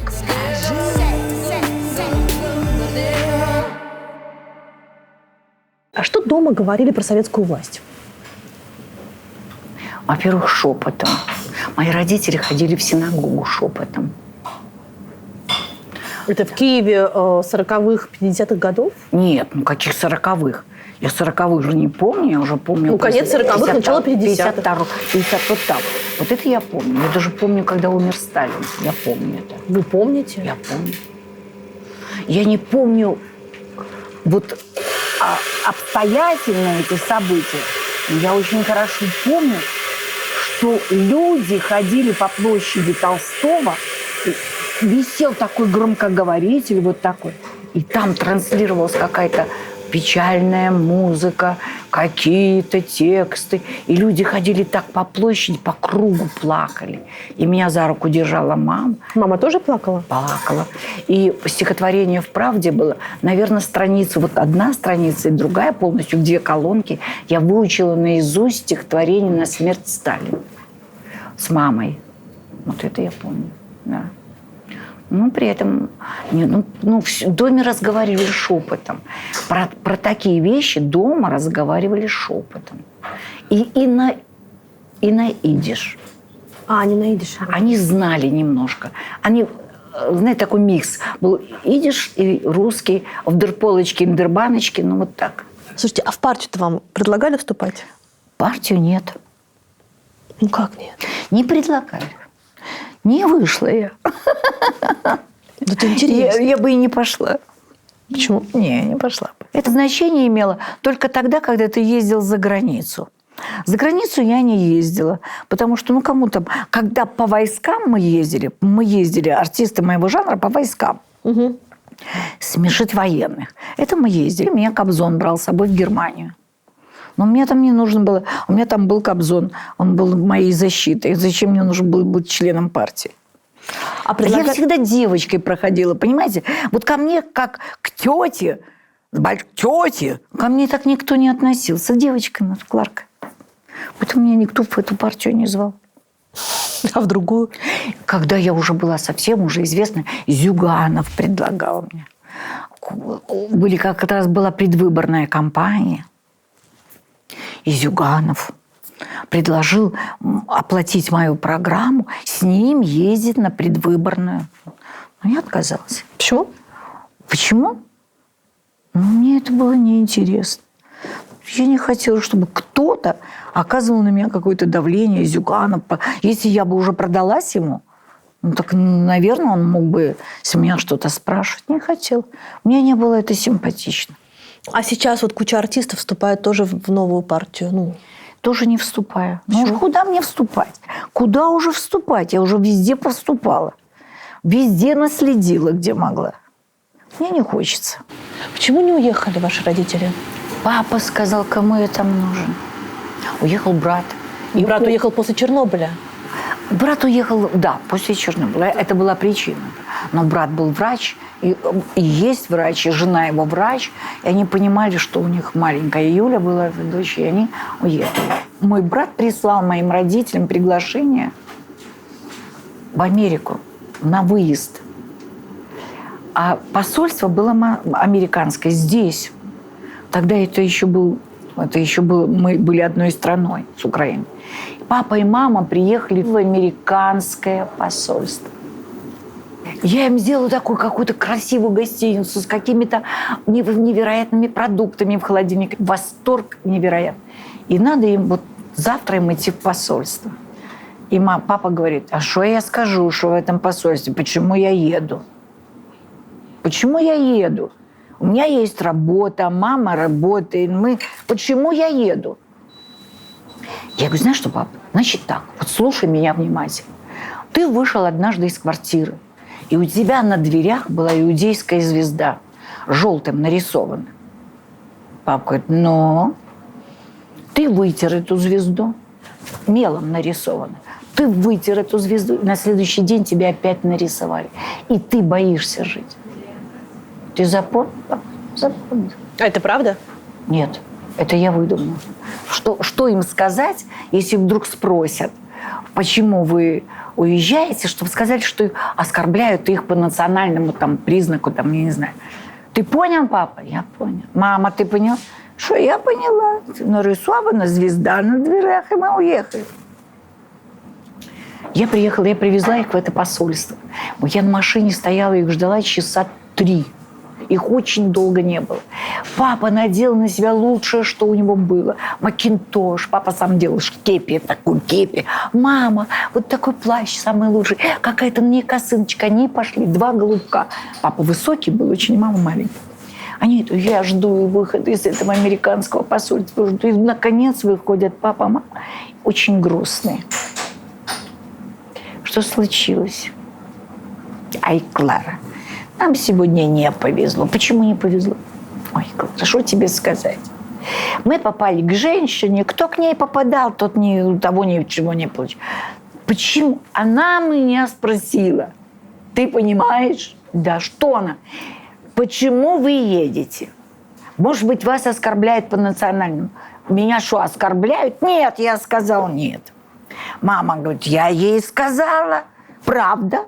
Я ей сказала, что меня оскорбили по национальному поводу, что меня в трамвае назвали жидовская морда в трамвае. Так она сказала, что это не повод уехать из страны. Я же вам про звезду рассказывал. Почему, папа? Говорит, что ты такое нам глупость сказал? У нас такие приличные соседи, что они могут про них подумать. Вот мои родители. И не уехали, да? Нет. Сколько лет вы не были в Киеве? Сколько в Киеве? Наверное, лет 5. То есть сразу, вскоре после начала войны вы были в Киеве? Я была на Майдане. Вы были на Майдане? Да. А что там делали? Я как раз оказалась в Киеве. И что там было? Ужасно. Это было месиво. Вы даже не понимаете, какие у меня возникли после этого отношения с моими друзьями, подругами. Мы же все разделились. Я не была ни за кого из них, я никого из них не знала. Я не знала этого Януковича, хотя я участвовала в предвыборной кампании у Януковича. Здрасте. Называлась программа «Мы діти твої Україно». Да, у него был такой слоган. И мы, Иосиф Давыдович Кобзон собрал такую бригаду артистов, кто украинец, а кто не вырос на Украине, какие-то многие. И Лолита, и Меладзе, и я, и Надя Бабкина, и Коля Басков, и Филипп Киркоров. Была огромная компания, команда. Ничего себе, дети-то Украины. Ну, мы поехали. Мы не говорили нигде, что мы за Януковича. Нигде. Нельзя было говорить. Был Ющенко и Янукович. Все. За нами висел портрет Януковича. Никто не произносил этой фамилии. Никто. Висел огромный портрет, баннер такой вовсю, как задник. И мы выходили, шутили, пели. И там, никто не говорил, давайте голосовать. Но мы участвовали в этой предвыборной кампании. И вся Украина, кроме тех областей, где Ющенко, он оттуда родом, те были за него. Мы были желто-блакитні, а эти были оранжевые. В одном из городов, в Суммах, вот откуда родом Ющенко, и где на площади, а концерты все были на площади. Огромные площади, по 100 тысяч народу приходил. Никто не говорил, ты с желто-блакитным не ходи, а ты с оранжевым стой. Нет. Кто хотел, тот приходил со своим флагом и стоял. На этой площади были в основном оранжевые, за Ющенко. Я выхожу, поют там под фанеру, огромные динамики, все это на всю площадь. Я одна разговаривающая была, одна. И я вышла, что-то тетя Соня. И я слышу, что-то в зале шепчут. В зале вот на площади шепчут. Я говорю, я не понимаю, вы что-то шепчете, я не понимаю, что. И они громче. Ющенко. Я говорю, вы какую-то фамилию говорите? Они еще говорят, Ющенко. Боже, думаю, что мне делать? Как мне уйти? Как мне с этой ситуации? Я должна уйти со сцены, я продолжать не могу. А площадь уже скандирует этот Ющенко. И вдруг как из меня это выскочит? Да шо він сравсь, ваш Ющенко, сказала я. Такого хохота я никогда не слышала. Эти знамена попадали. Они стали ржать, аплодировать. И вот была цена тому, что происходит. Понимаете? Я не знала, что я сказала. А Кобзон на каждом банкете говорит, Кларка, скажи, что ты ему пожелала. А когда у него эти уже рябинки пошли, говорит, что-то ты ему хорошо пожелала, что-то у него с ним это и происходит. Но вы политическую разницу между ними понимали? Понимала, конечно. Я не понимала по большому счету, я уже не жила на Украине, но я туда могла приезжать. Но То есть для вас это был просто концертный тур за деньги? Да, за деньги, за большие. за хорошие деньги. Все актеры всегда участвовали в предвыборных кампаниях. Это всех артисты какого-то ряда, да, это хорошо оплачивалось. И ждали эти предвыборные кампании, потому что это хорошо оплачивалось, можно было заработать. Но от этого же зависела жизнь. Туда, где я не хотела, я не ходила. Я не ходила за Жириновского, например, голосовать. Не ходила, вообще не ходила. То есть за Януковича вам не казалось, стрёмным? Как-то мне так... Попросил Иосиф Давыдович. Вот это была вся аргументация. Попросил. Я очень хорошо к нему относилась. И он очень помогал людям. Я его любила очень. И вы поехали за Януковича. Потом прошло почти 6-7 лет. И случился Майдан. Вы оказываетесь там случайно. Я приехала к Диме Гордону. На интервью. На интервью. Большое у вас было интервью. Большое. Это было до всяких событий, потому что в этом интервью никаких событий еще не обсуждалось. Не было. Но я была на площади, где уже стояли люди, где уже ходили тетки, 2 старые дуры с кастрюлями на голове и по этим кастрюлям ложками били. Я говорю, что ты там, как тебя зовут? Как-то она сказала, Эммануиловна, она оказалась. Я говорю, что ты тут ходишь, Эммануиловна, с кастрюлей на голове? Что тебе надо? Свободу. От чего тебе нужна свобода? Что ты хочешь? Ты можешь сказать, что ты... Я хочу свободу. Я разговаривала с мальчиком худосочным, желтого цвета. Что ты здесь делаешь? Мама, наверное, там умирает. Откуда ты? Из Одессы. Что ты здесь делаешь? Они не понимали, эти люди, что они хотели. Никто из них, с кем я говорила, не мог сформулировать. Я ходила по улицам. Мне, конечно, Дима дал охрану. Гордон. Да. Я его очень давно знаю. Он еще с Кашпировским зарабатывал свои деньги. Так, и что вы увидели там? Что это страшно, Майдан? Это страшно, потому что было очень много провокаций. Я с видела какой их стороны? и с той, и с другой. И с той, и с другой. Но в основном это было очень, как вам сказать, очень яростно все, очень жестко все, очень война какая-то. Война внутри людей, которые пришли на площадь. Не все туда ходили. Ходили из-под тишка посмотреть.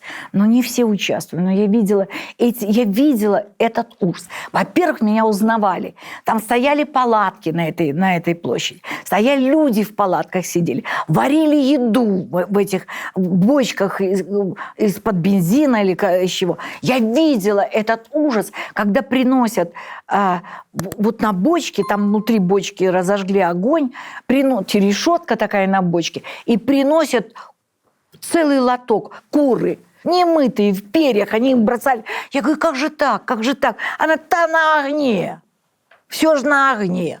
А меня звали из одной палатки, Клара, до нас борщ чистый. И мне, что те, что другие. Звали, потому что я не была ни на той, ни на другой стороне. Я просто пришла смотреть, я их жалела. Мне хотелось, чтобы это прекратилось. А потом произошла аннексия Крыма. Да. Еще через какое-то время. То есть я думаю, что когда вы были на Майдане, после этого вы еще могли приезжать в Киев. Да. То есть еще ничего не предвещало. Нет. После Крыма вы не смогли приезжать. Почему? Я была в Крыму на гастролях. В момент, когда... Нет. После того, как Крым, аннексия, не аннексия, мы были со спектаклем, была афиша. И я была не одна в этом спектакле, но почему-то поскольку я киевлянка, может быть, поэтому. Мне не говорили, я даже не знала.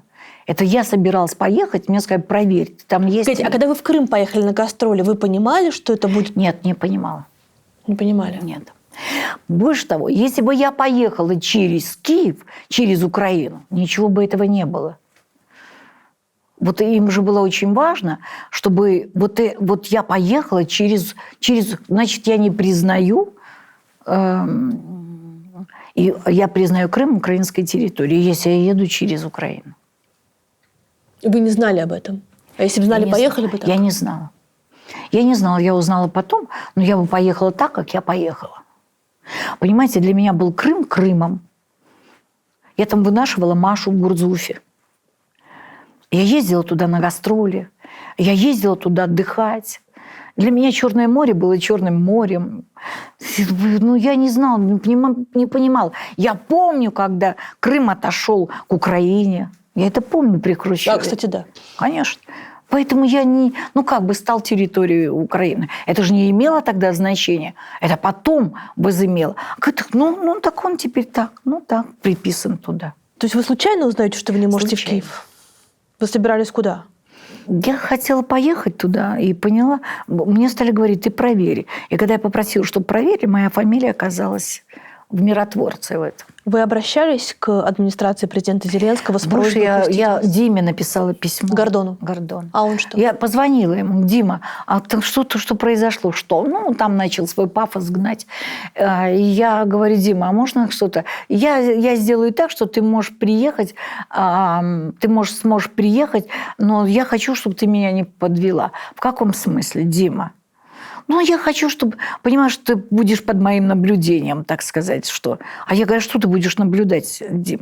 Ну, ты не будешь там не высказываться, ходить, там что-то говорить. А что значит я под твоим наблюдением я хочу? А ты ничего такого... Ну что, если я не перепишу номера танков, самолетов, ты это имеешь в виду? Дима, я к папе и маме на могилу, ты это знаешь. То, что концертов там не могло быть, это понятно. А вот это... Я не захотела ехать к Диме. Именно потому, что так было сформулировано. Как я могла приехать в Киев, быть под наблюдением и подвести Диму? В каком смысле? Я его воспринимала, так Дима Гордон, ну... Однажды он подарил мне свой 8-томник.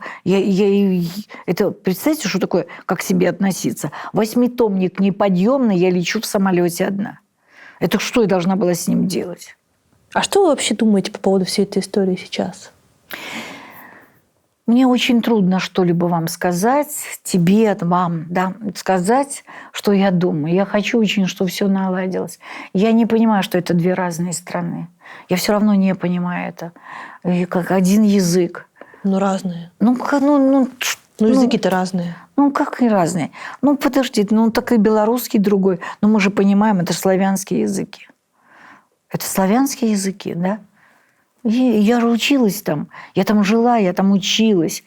От меня никто не требовал говорить на языке, если я на нем не говорила. Я стала приезжать, когда и стала не понимать каких-то слов, которые ввели в обиход, меняя. Я не понимала какие-то вещи, я переспрашивала, что это? Боже мой, как я не догадалась. Да. Мне это сложно принимать, очень сложно. Я с моими подругами не говорю об этом, потому что мы ссоримся. А по телефону вы разговариваете, да?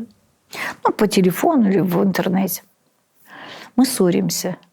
Моя подруга Светочка, которая мужественно молчит, как партизан на допросе. А я что-то иронизирую. Она даже иронии какой-то она не принимает. Ну, когда Ей больно, кажется, очень что трудно это шутить. обида. Да, конечно. это горько. Это горько. Она не может ко мне приехать. Я не могу к ней. Она на юбилей приехала. У нас у нее 25 ноября, а у меня 12 декабря. Мы не можем друг к другу приехать. О чем говорить? Как вы думаете, что должно произойти, чтобы вы смогли приехать в Киев?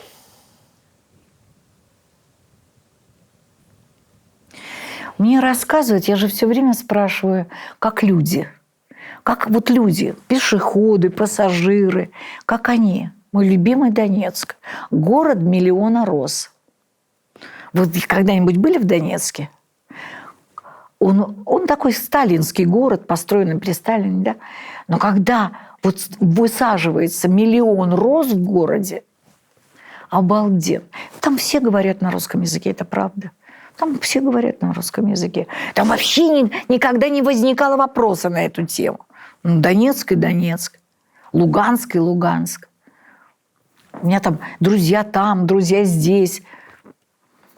Какие-то люди бросили там свой ресторанный бизнес, мои знакомые. Переехали в какие-то... Ну, ужасно. Ну, зачем? Ну, зачем? Ну, я понимаю, что это риторическое. Это риторический вопрос. Но это же право, вот есть независимое государство, и у него есть право на независимость и право на свой язык. Имейте. Ну, имейте. Ну, что вам легче вот так иметь и не общаться. не общаться. Да, вот, чтобы деятели культуры туда не могли приехать. А на чем тогда общение происходит? Вы ходите в театры. Они любят московские театры. Все в Украине на спектакли московских, питерских, вообще на российских. Творится что-то невозможное, попасть невозможно. На концерты, мне сейчас Люба Успенская рассказывала, что там что-то творилось на ее концерт невообразимое, потому что никто не приезжает, а она поехала туда с концертами. Люба же киевлянка. Она поехала туда на этот концерт, в дворцы спорта. Значит, люди хотят. Ну что же их так искусственно?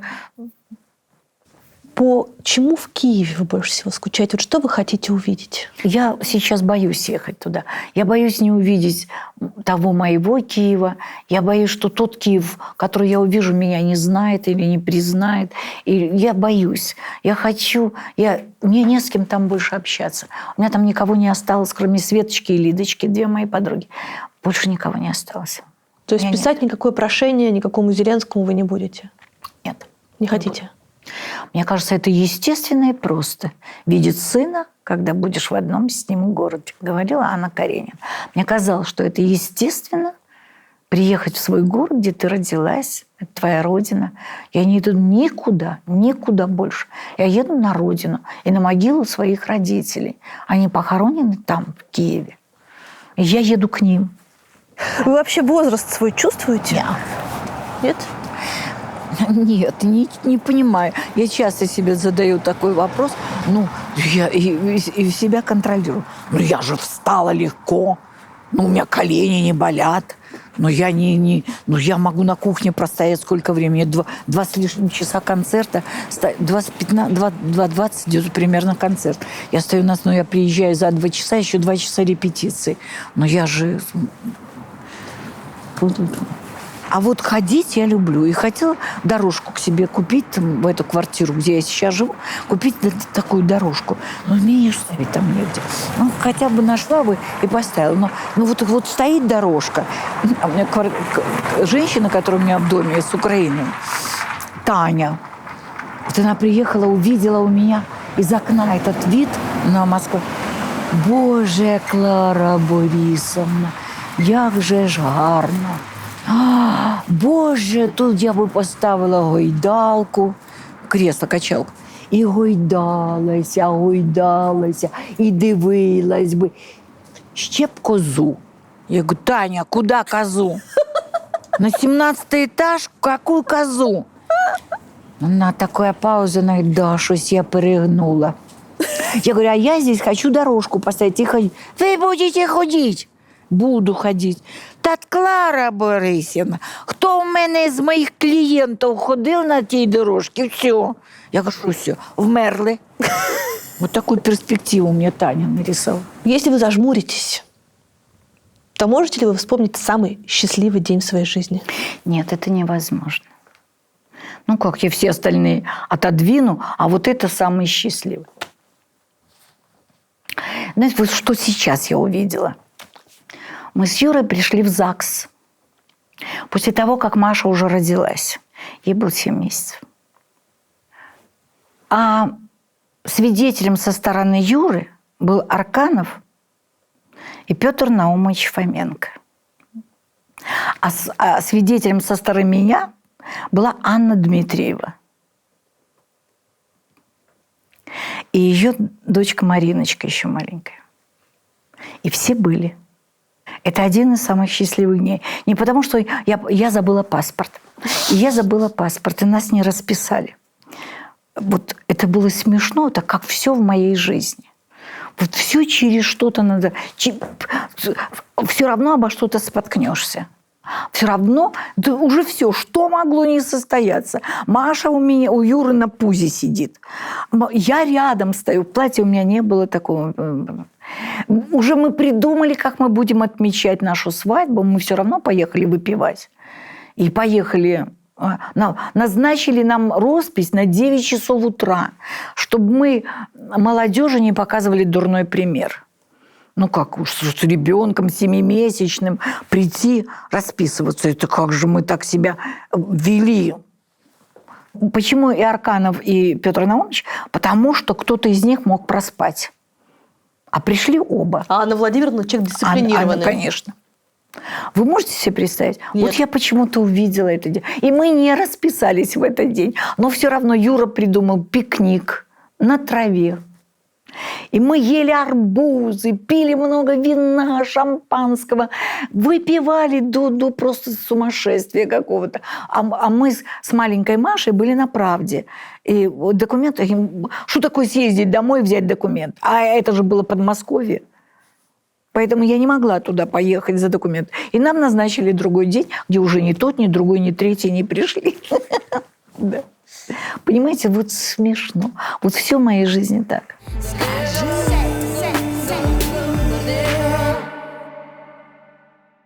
Чем на самом деле мужчины отличаются от женщин? Пипкой. Еще есть варианты? А что вы хотите, чтобы я сказала? Ну как, мозгом. Ну кто вам сказал, что... Ну, конечно, у женщины, может быть, задействованы какие-то другие там окончания, другие... Но женщина создана, конечно, по-другому. Ну не зря же так говорят. Ну а чего вы скажете? Чем отличается? Сразу что скажешь? Сердечностью. Ну и отношения. Понимаете, сегодня, когда все так перемешалось, когда уже даже одеждой почти не отличается. Да. Если бы вы выбирали, кем бы вы родились, мужчиной или женщиной? Женщины. Почему? Я не представляю себе... Ну, надо же себя представить мужчиной. Надо же себе... Однажды Ростропович, это было при мне, мы пришли вместе на одну съемку. И меня попросили, чтобы я его пропустила вперед, потому что у него концерт в этот вечер был. Это было в Питере.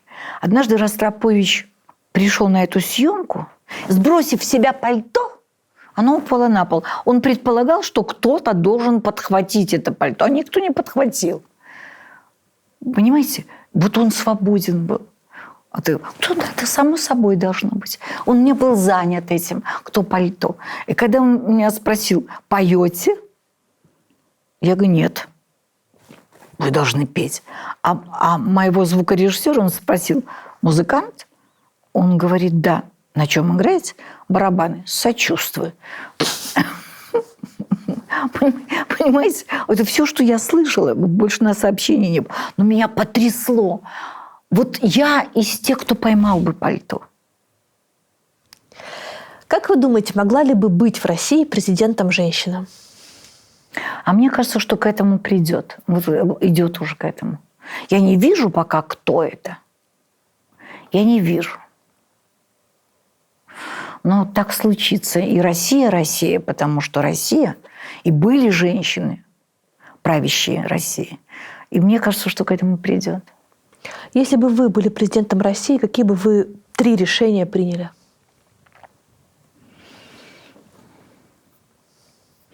Я бы запретила образование вот вдали от школ. Вот дома сидят дети. И я бы запретила такое образование. Образование должно быть в классе, вместе. Дети должны общаться.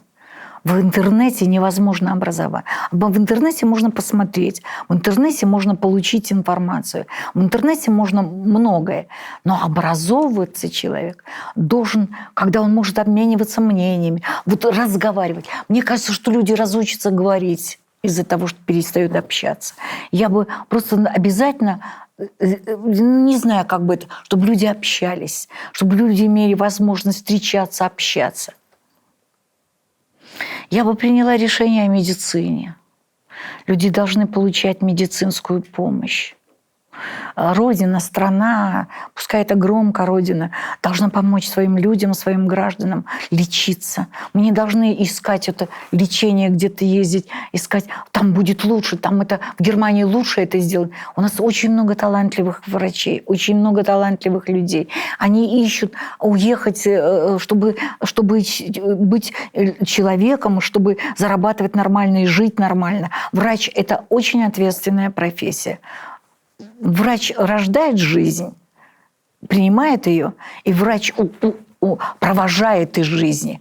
Вот они должны жить по-человечески. Это 2. И мне кажется, обязательно нужно обратить внимание на культуру, не закрывать театры. Не закрывать. Театры должны быть разные. Это не, театры должны маленькие быть и большие, и какие угодно. Но у них должно быть, им должно помогать государство. Какие-то театры могут сами себя купить. Артисты не должны бегать, как собаки с высунутым языком, зарабатывать себе день. Вы знаете, что самое вот в эту пандемию, вот я 1,5 года не работала, не выходила на сцену. 1,5 года. Но мне же жить как-то надо. И еще, кроме того, это же станок. Это как балерина у станка. Ну-ка, не потренируйся. А для меня сцена – это тоже станок. И вот обмен энергией. И вот когда люди в зале, для меня ничего радостнее, величественнее выйти на сцену и знать, что я им хочу сказать. И я выхожу, я знаю, что я хочу, но у меня отнялась эта возможность тренировать себя каждый день, понимая, что к ним я скажу. Я боюсь им перестать быть интересной. А для этого тоже нужно образовываться, ходить, учиться. Я сейчас готова ходить, учиться. Выберите, пожалуйста, милосердие или справедливость? А мне кажется, что это одного порядка. Да. Милосердие и справедливость – это одного порядка. Свобода или стабильность? А разве мы свободны? Разве мы можем быть свободны? Разве мы можем быть свободны? Мы всегда чего-то зависим. Мы не можем быть независимы абсолютно ни от чего. Мы зависим от своего состояния, от своего отношения, от отношения к нам, от каких-то привязанностей наших. Мы же зависимые люди. А как если человек может быть совершенно свободен? Невозможно. Правда или безопасность? Безопасность. Карьера или любовь? Иногда это совпадает. Можно делать карьеру, любя. Почему же нет? И даже человек, которого ты влюблена, может тебе помочь в твоей карьере. О чем вы мечтаете? Даже я не могу сказать, что я мечтаю. Ну, конечно, я хочу, чтобы мои дети жили свободно. Чтобы они перестали зависеть от меня, от родителей. Чтобы они были независимы в том, что они делают, то, чему они научатся, то, как сложится их жизнь. Я этого очень хочу. А для себя о чем вы мечтаете? А для себя мечтаю все равно о сцене. Все равно о сцене. Мне не нужна ни квартира, ни какие-то антиквариаты. Я терпеть его не могу. Мечтаете вы о роли, получается? Ну, мечтаю. И мечтаю, и боюсь. Я же как Женя Арье, который делал нам спектакль, как он боялся меня, я боялась его. Понимаете, я также бы звезда, вот эта вот эстрадная штучка приехала в театр, он делал, я боялась, такой режиссер, такой великий Арье, такой потрясающий спектакль я его видела. Как? А если у меня не получится? Вот я хочу, чтобы это совпало. Вот о чем я мечтаю. Чтобы совпали режиссер, актриса и роль, которую мне предложат. Я вам желаю, чтобы это исполнилось. Спасибо. Спасибо большое.